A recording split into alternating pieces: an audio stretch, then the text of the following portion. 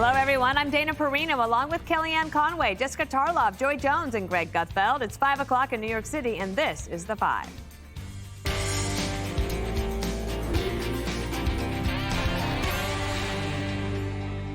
After all that, a Democratic Party civil war is erupting tonight, just hours after a breakthrough on the government shutdown.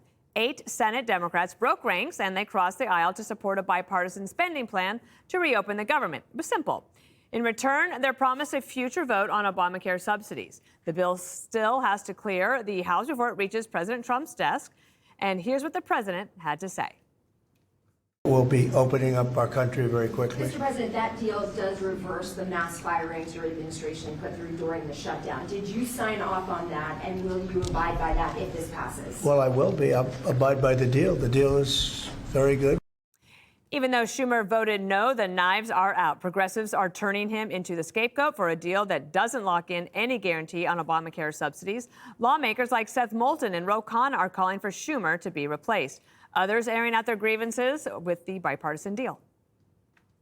Oh, I think this whole thing stinks. And I think most members of the House caucus on the Democratic side are absolutely outraged. We'll continue that fight today, tomorrow, this week, next week, this month, next month, this year, next year. What this Senate is about to do is make a horrific situation even worse. There's no way to defend this.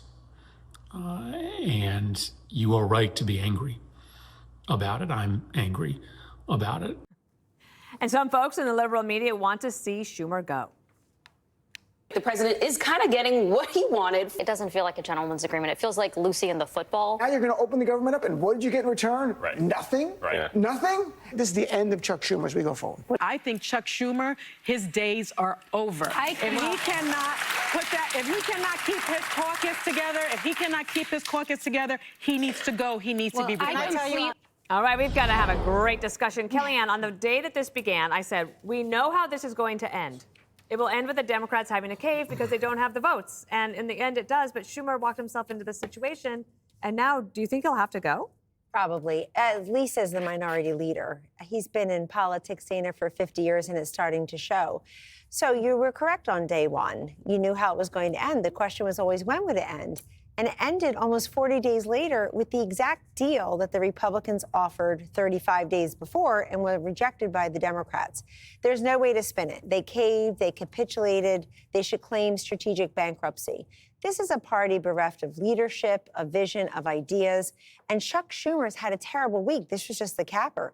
His week started out with him not even acknowledging whether he voted for Mandami for mayor, a fellow Brooklynite, and wouldn't even endorse him. And then, of course, he's made nobody happy. The so-called moderates, the 8 aren't happy. The progressives aren't happy. And I think if you're Schumer, you also have to realize that this did nothing for the party's identity crisis of which he is in the center.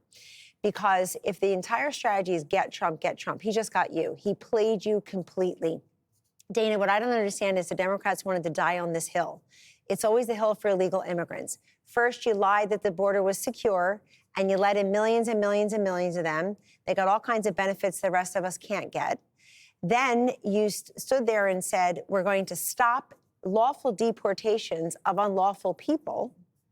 And now you said we're going to shut down the government to make sure that they get Obamacare subsidies and premiums. And they got absolutely nothing out of it except a headache. If you're Chuck Schumer, you've got to realize this party elected people last week in blue states who never invited Chuck Schumer or Kamala Harris or Hillary Clinton or Bill Clinton to campaign with them. It's a party at odds with themselves. They picked the wrong fight. And I think after 14 CRs going for Joe Biden, they can't turn around and do the same thing for the president. If you're upset, everybody, if you're upset because your flight was canceled, because somebody didn't get a check, you don't know if you're going to get back pay, you only have one party to blame, and it's the Democrats. I want to get to a bigger picture about the American people with Joey, but let me go to you first, Jessica, about this, because what are you hearing? Is there a serious drumbeat about Schumer leaving, or is that just people airing out their frustration for a day? It's going to be way more than a day. So you remember what it was like after he voted to keep the government open back in March, and people thought, okay, well, let's kind of see how this goes. And it did feel actually surrounding this issue in particular that the caucus was feeling decent about his leadership. Yes, he was not the #1 surrogate out there on the campaign trail, but Democrats were coming off of a very good electoral week. So the big tent was in, full regalia. I was at a liberal conference on Friday, and people were pretty high on the idea that we were winning races, yes, in some blue states, but also in Mississippi and in Georgia. And that, frankly, we were united around the fact that Democrats are the party that cares about people's health care. And that's what this fight was about. And I think the thing that stings the most is that not only the 8 senators who voted for this, but the reporting shows that there are a few more behind the scenes, apparently, that were telling them, please do this for us. We're more vulnerable than you are. Right. And that they didn't think that we were mature enough to hear that argument out loud, for them to come to us and say, these are the reasons we think we should take this deal. And maybe we should have taken it 3 weeks ago even, but right now I am hearing from constituents that are hungry. I'm hearing from constituents that cannot get to see their families. I am hearing from furloughed employees. So let's hold Senator Thune to his word. And apparently he and Dick Durbin had a conversation before Durbin, pushed this forward, where Thune said, I assure you I will bring this vote in December. That doesn't guarantee Mike Johnson is going to do it, though. But I understand the celebrating. I feel defeated by this, but Republicans still don't have a health care plan. This election will be about health care. If they are on the record again as not wanting to extend these ACA subsidies that mostly benefit their own voters, that is something that Democrats will be very willing and able to run on in 2026, and that'll spell electoral disaster for them. So it's not as if they're fully out of the woods here. Joey, I was thinking about you earlier because I feel like you have your finger on the pulse of people. You fly a lot. You're back and forth a lot. I do fly a lot. And so the pain became so acute over this past week, and it's not going to stop for a while. You also had military people who were not getting paid. They were having to go to the food banks, for example. There's a lot of people that were dealing with this where the members of Congress continued to get paid. And I think there's a lot of bitterness about how Congress continues to, I don't want to use Lucy with the football because we might use it 5 times in this segment, but it does feel very disappointing for people who already don't like politics. No, you're right. I think that just the stress and anxiety of should I go on this flight. I think a lot of people didn't have the anxiety of missing a flight because they just decided not to go. They decided not to take the trip. It's not just Veterans Day tomorrow. Today's the Marine Corps birthday, and it's a big deal to all those Marines around the country that want to go to a ball or travel to a ball. So that was kind of how I felt it in my sphere of influence. And happy birthday, Marines. And a lot of them are probably already drunk, and probably have been since yesterday. But, this whole thing, I think there are 28 million people on Obamacare. So, that's not a majority of the country. Is it enough people that Republicans are going to lose seats over it? I don't know. I think at this point, the Democrat play is to leave Republicans with the hot potato, right? Republicans aren't going to extend a bad Band-Aid for a bad law. The question is, if everyone on ACA needs a subsidy from the federal government, then how is Affordable Care Act a good law? Well, it isn't. How is it affordable? As it exists, it isn't, as it exists today. But if Republicans, if all we have is John McCain holding a thumb down as a response to it, then neither party has an answer to it, and then it becomes a debate. I think the one thing the Democrats got out of this whole thing was to elevate something that affects less than 28 million people to a national electorate conversation, because I was on the phone with someone that works on this, and most of those subsidies stay in effect in different ways. So it's not like it's all just, all 28 million people are going to pay twice as much. That's factually not true.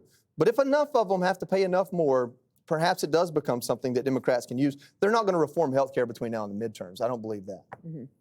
Greg, 40 days and 40 nights, and this is what we got. Gee whiz. I wish we just had a fast forward control from, because everybody knew how this was going to go. And the left is freaking out about this. If you go on Blue Sky, they're screaming about Schumer. Whose fault is this? Who made this mess? You guys made this mess because we knew how this was going to end. This is just like the present day border hysteria. They destroyed the border. Trump gets elected and fixes it, and then they blame him for the fix. It's just like the shutdown. The Republican side seems so easily understood. Here's the budget. Let's go. The other side says, no, we won't. And even though we're not signing on, you're the one at fault, and people are going to starve. Okay. Then the government opens up, and what do they say? No, you caved, Schumer, you caved. Oh my God, what are you doing? So wait a second. Who controlled the shutdown again? Because now you're mad that Schumer caved. So apparently he had the finger on the button the whole time. And now you're saying don't cave. I guess that means the starving people never really were starving to begin with. Right. We knew that. We knew that, but we play along because we knew how this was going to end. We just don't have the fast forward control to make it happen. Why do the Dems look so stupid? Not you, Jessica. They live on the surface level of politics, no depth, no nuance. If the Republicans are for X, we have to be Y. They don't understand that this is dead for the past 10 years. This is totally, with this whole kind of prison of two ideas, it's not working anymore for the American people. What's missing is persuasion. They did not do any persuasion. They did not try to convince anybody why they were right. And maybe it's because they don't have any examples of why they should be right, or maybe they don't have the muscles anymore. And that the Trump derangement, which then became Trump addiction, which is now, as we'll see in the C block, Trump estrangement, they did not build any of the muscles. They didn't preserve any of the muscles of persuasion. You can think, I'm trying to think, there's only one person that is, I mean, sadly for the Democrats, it's Mom Dommy's the only one that might be persuasive. But the Democrats, it's funny. Why do they want health care now? Because they can't talk about crime and they can't talk about immigration. They can't even talk about the economy. So remember, if it's about the extension of an ACA subsidy, I hate to tell you, that's going to be really easy to fix. You just say, all right, we'll delay it three months. You want a year, we'll do 6 months. It's that simple. That issue's over. Then what are you going to do? I just came up with that. My only point I would like to make is that unity beats disunity every single time. And Trump, Thune, and Johnson showed that they can stay together, and they hung tight. And so they are the winners in this. But why is it that we can see this coming and they can't? That lady said it's like Charlie Brown, the football. It's like, yeah, but everybody knows that, except them. Like, we all saw the same cartoon. Exactly. All right. And don't miss Laura Ingram's interview with President Trump. That is airing tonight at 7 p.m. Eastern. She will ask him about Chuck Schumer caving on the shutdown and much more. Click here to subscribe to the Fox News YouTube page to catch our hottest interviews and most compelling analysis. You won't get it anywhere else.